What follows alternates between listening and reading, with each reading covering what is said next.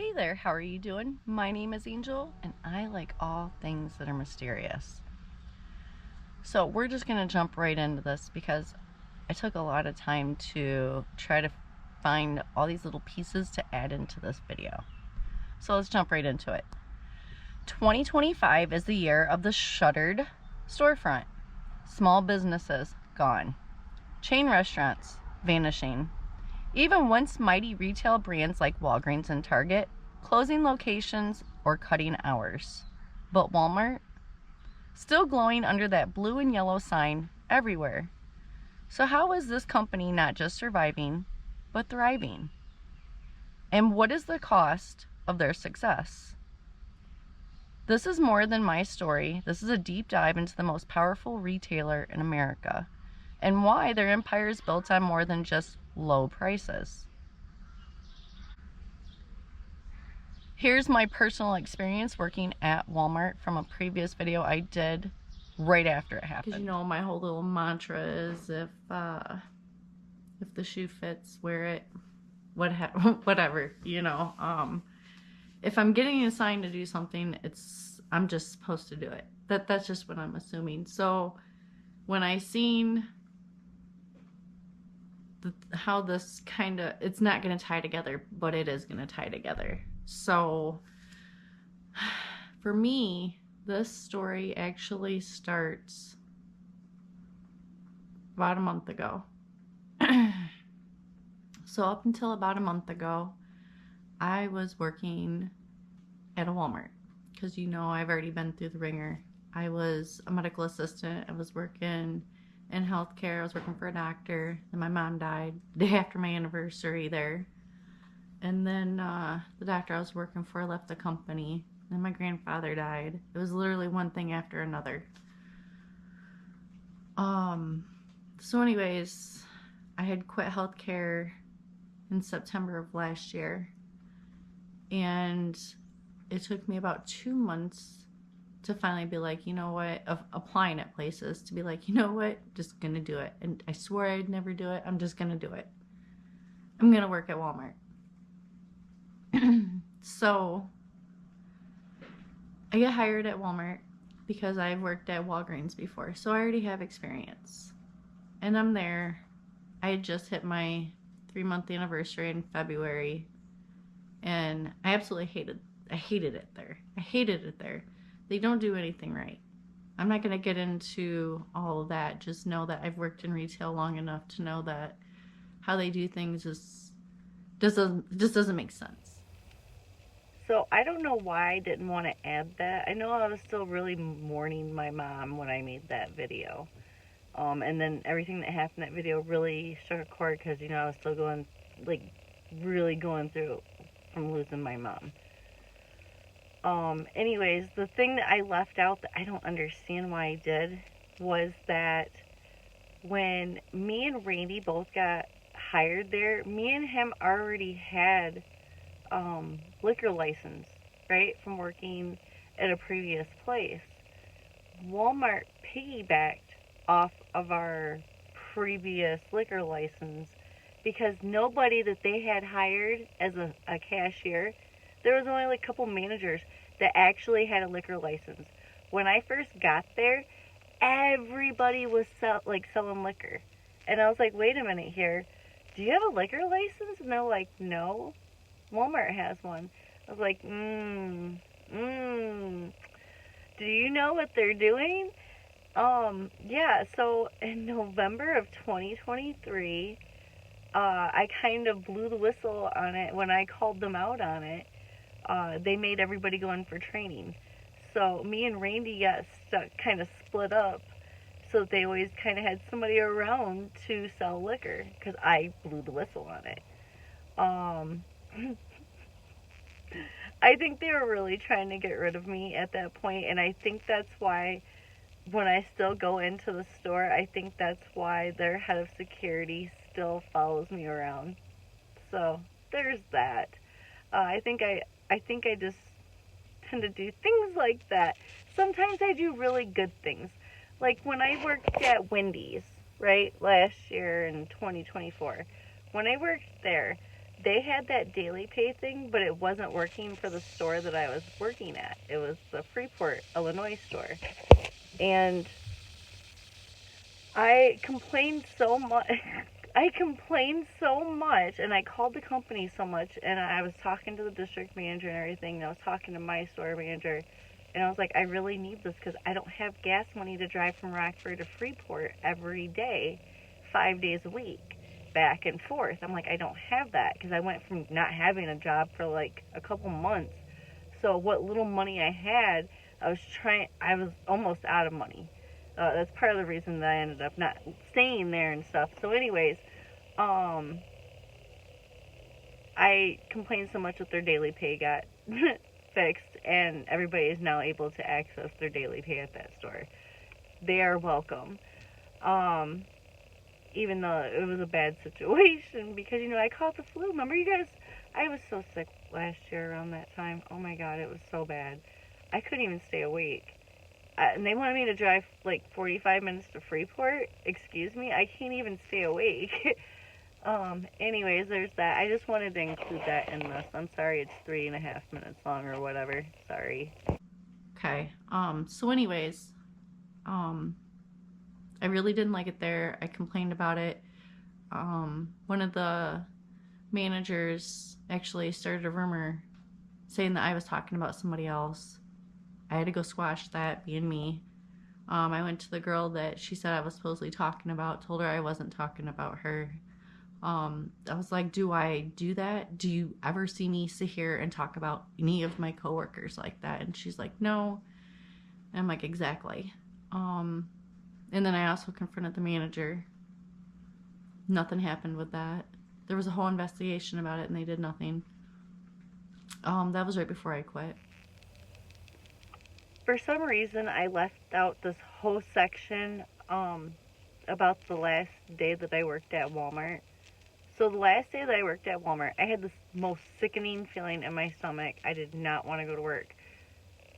I can't even fucking describe it. Like, every ounce of me did not want to walk through that door. Okay, so I called my sister in the morning to kind of like pep talk me into going into work. And eventually it was time for me to go in. I was like, all right, wish me luck, is what I told her. And then I go in, and that sick feeling just got worse and worse and worse. And then this happened. The day that I quit was because the head of security actually caught somebody stealing, and she walked by me with this cart full of stuff in bags, and she's like, what the fuck were you doing while this customer was just sitting here throwing shit in bags? Oh, that's right, you weren't doing your fucking job. My mouth dropped. I do one of these numbers. I'm like, who is she talking to? She's like, don't worry, I'll be back over here to talk to you when I'm done in a minute. And I look at the girl I'm working with, and I look around. I go onto my work phone. I punch out. I'm like, fuck this. I'm done. I'm done. I don't care. I go punch out. I log out of the work phone. I go take my work phone to the same manager that had started the whole drama shit, saying that I was talking about one of my coworkers. Gave her the phone. Took off my vest. Gave her the vest. I was like, I'm done. I quit. And I left. About 2 weeks later, for a while I had this really bad feeling, and I didn't really understand it, and it just, I don't know. You can take it however you want, but for a while I was having a bad feeling about even being at Walmart. Okay, like, you would think that them having inside security and outside security would make you feel more safe at work. You do not feel more safe at work. That's just more people that are getting paid to do absolutely nothing but sit on their fucking phones. I'm just saying, okay? Not all of them, but a good chunk of them, okay? Just sit on their phones. They're not doing their jobs. They expect the cashiers to do their jobs for them. Like, they're supposed to be catching thieves. You have all this high-tech camera equipment. Why are you wanting us to do more when we can't see as much as you can? Okay, that's whatever. It is what it is. It's done. I'm done with that shit. but I did have this really bad feeling like I didn't want to be there. And I really knew I didn't want to be there. I didn't know why I didn't want to be there. And then about a week ago, there was a guy that had went into Walmart, and he was walking around and he was talking about all of the African American people that were in the store. He was calling them derogatory names. He was being rude. He was just a POS, right? Just a straight POS. He went into that store. He walked in.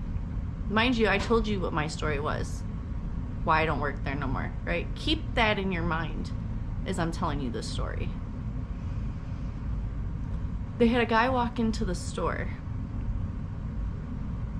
and he had walked over to kitchenwares, grabbed a kitchen knife out of one of the blocks that has the, you know, the kitchen knives in it and shit. Proceeded to go back to sporting goods. He grabbed a big ass fucking knife out of sporting goods. And he proceeded to walk around the store, still talking about the African American people, and we're threatening them and stuff as he's walking around the store. He walked up behind an 18-year-old worker and stabbed him in the back.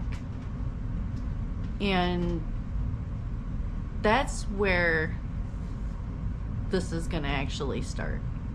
So you have my backstory of why I quit, literally 2 weeks before this had happened, and why I quit. What the fuck was their security doing while this guy was walking around with knives threatening people? That's all I want to know. That's all I want to know. So if Walmart isn't held accountable for his death, because they got the guy surrendered, you know, here,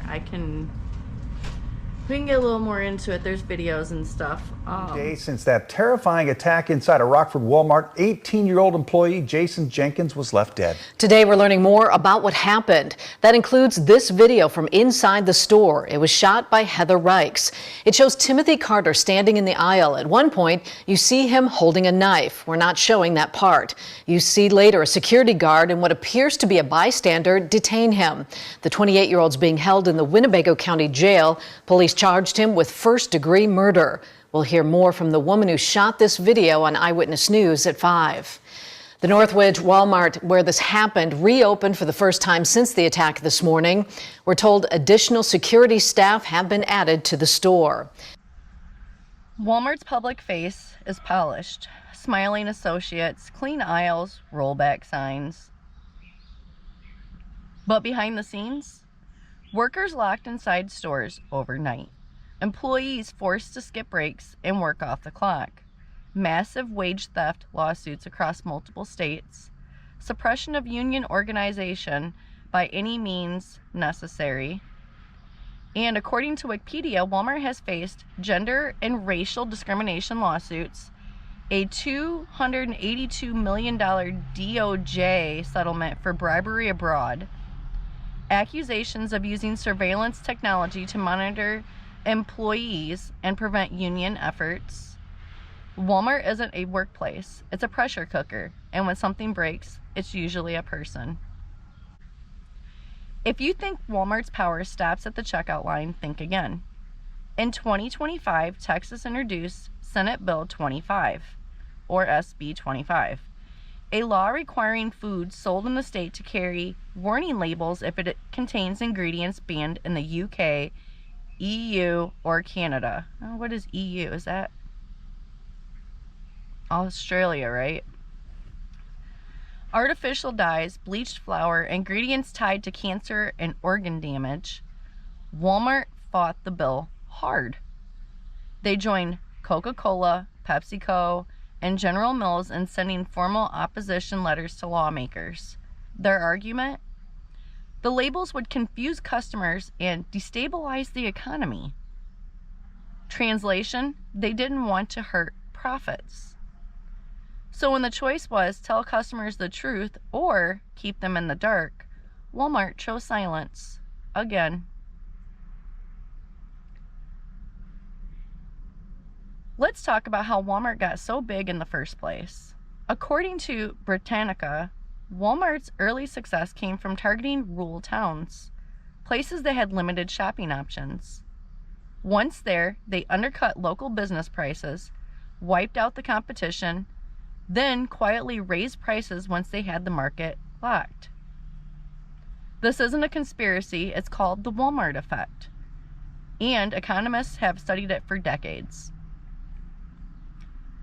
On Reddit's urban planning board, planners note that Walmart dominates rural areas, making it harder for locally owned stores to survive.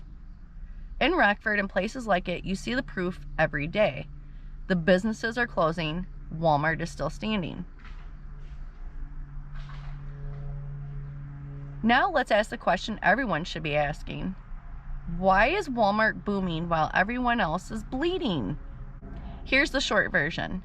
They squeeze suppliers until they cut quality or jobs. They receive massive tax breaks and subsidies paid for by us. They outsource labor to countries with low standards and high exploitation. They cut health benefits, wages, and hours while increasing CEO pay. And now, according to Yahoo Finance, Walmart may raise prices again due to tariff pressures on imports from China and Latin America. Guess who pays the difference? Not the shareholders, not the Walton family, you. Even inflation, they profit. Even in crisis, they grow. According to HR Retail, Walmart claims to be improving its HR policies, adding leadership pathways for women, offering more part-time flexibility, expanding internal learning tools. But critics argue it's just corporate PR, because while they promote a few headlines, workers still report hostile management, discrimination, unsafe conditions, and no accountability. Reputation repair doesn't change reality. Walmart isn't just a store, it's a system. One that thrives on silence, control, and destruction. And every time another business shuts down, every time another worker is replaced, every time a law is bent in their favor, the system tightens. You're not supposed to know this. You're supposed to smile, scan, and shut up. But I'm not doing that. Not anymore. If you've worked at Walmart, if you've seen the abuse, if your town has suffered from the Walmart effect, tell your story. In the comments, on your own page, in your own voice. Because the more we speak, the harder it is for them to silence us. And on that note, if you liked this video, go ahead and give me a thumbs up. If you would like to see more videos like this, go ahead and subscribe. And as always, I appreciate you. I appreciate the time you took to watch my video. And I hope you have a good rest of your day. And I'll see you in the next one. Bye.